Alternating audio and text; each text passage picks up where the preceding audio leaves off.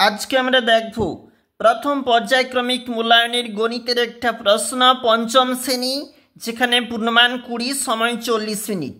দেখো, নাম, বিভাগ, রোল নাম্বার নিজেরাই কিন্তু লিখবে।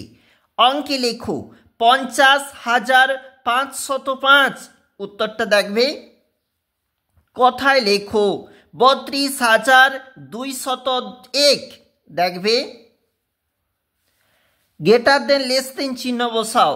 দেখবে, অর্থাৎ এখানে যেখানে করা রয়েছে 8025 এক অঙ্কের এই চারটি সংখ্যা দিয়ে বৃহত্তম অঙ্কের বৃহত্তম, যেখানে বৃহত্তম আর ক্ষুদ্রতম সংখ্যা লিখতে বলেছে, আমরা কিন্তু একটু লিখেছি, তোমরা দেখবে।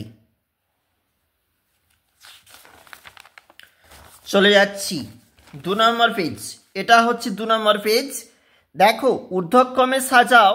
তোমরা কিন্তু ঊর্ধ্বক্রমে ছোট থাকতে বড় হিসাবে তোমরা কিন্তু সাজাবে।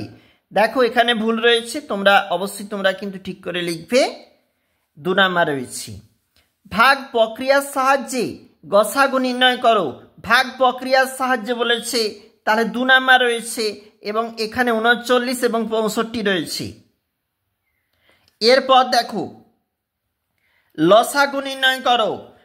কোন কোন সংখ্যা বলেছে? 3 নম্বরের প্রশ্ন 15, 20, 18 এর লসাগু নির্ণয় করো। দেখবে তোমরা, গুণ করো, যেখানে 3256 এবং 49 রয়েছে এবং তার গুণ।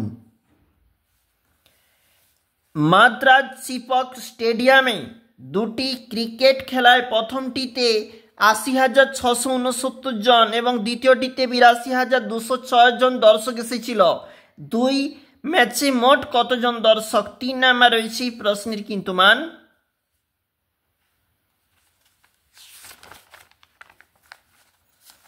পরের পেজটাতে একটু চলে যাচ্ছি।